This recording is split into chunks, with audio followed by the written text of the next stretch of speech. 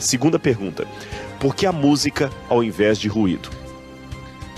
As coisas existem, isso já é um mistério. Se não existe Deus, por que as coisas existem? E segundo, elas existem de maneira organizada, elas se interdependem, a beleza, a harmonia. Por que a música ao invés de ruído? O miserável é um gênio!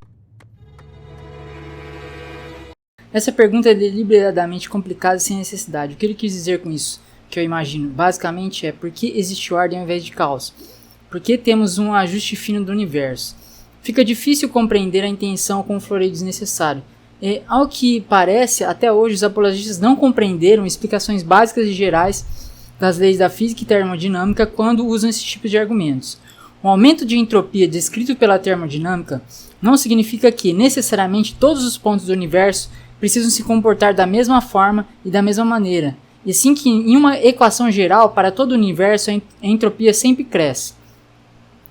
Ou seja, é possível ter maior organização em um sistema se em outro correlacionado existe um aumento relativo da desorganização, falando em termos leigos. Isso é o que acontece, por exemplo, com a Terra em seu sistema, que consegue reter a organização enquanto o Sol perde gradativamente sua capacidade de ser uma estrela. Em termos menos leigos, entropia pode ser medida pela quantidade de energia disponível a ser utilizada em um sistema. Mas isso é descrito para sistemas fechados, ou seja, para o universo como um todo.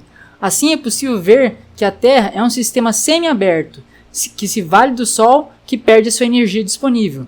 Novidade para os criacionistas: a Terra não é um sistema fechado. 2. Quanto ao fine-tuning, ou ajuste fino do universo, este é um argumento de viés de perspectiva antropológica.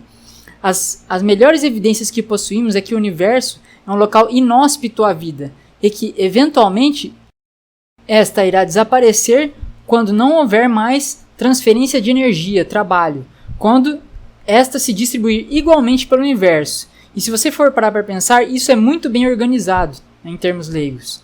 De fato, quando o Rodrigo assume que antes do Big Bang havia menos organização, ele está incorreto.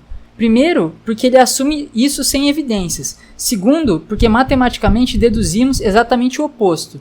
O viés de perspectiva faz uma pergunta que não pode ser respondida quando você se coloca em uma posição nas quais você não pode comparar com outras. Por um motivo muito simples: o universo que nós possuímos é este, portanto não podemos dizer exatamente quais as probabilidades de outros ou qual a diferença isto faz, pois a única coisa que conhecemos é este em que vivemos. Se este não fosse possível manter a vida, não estaríamos aqui conversando sobre essa possibilidade. Exemplo: uma pessoa diz: quão incrível que todas essas condições aconteceram para que eu fosse eu. Se um espermatozoide diferente de milhões tivesse fecundado o óvulo, eu não existiria. Ou seja, a minha mãe tinha um ajuste fino para que eu existisse na Terra. Percebe o absurdo? Se você não percebe, não compreende o raciocínio lógico. Ele está errado.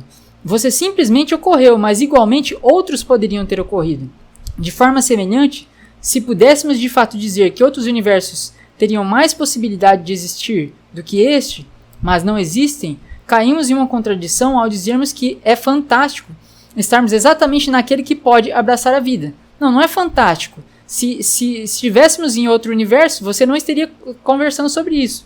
Se qualquer dos outros universos estivesse existindo no lugar deste, não importa quão prováveis ou improváveis eles fossem, não poderíamos observá-los. Assim como o homem dizendo que a sua mãe foi feita pensando nele. O que é um absurdo. Aprenda isso.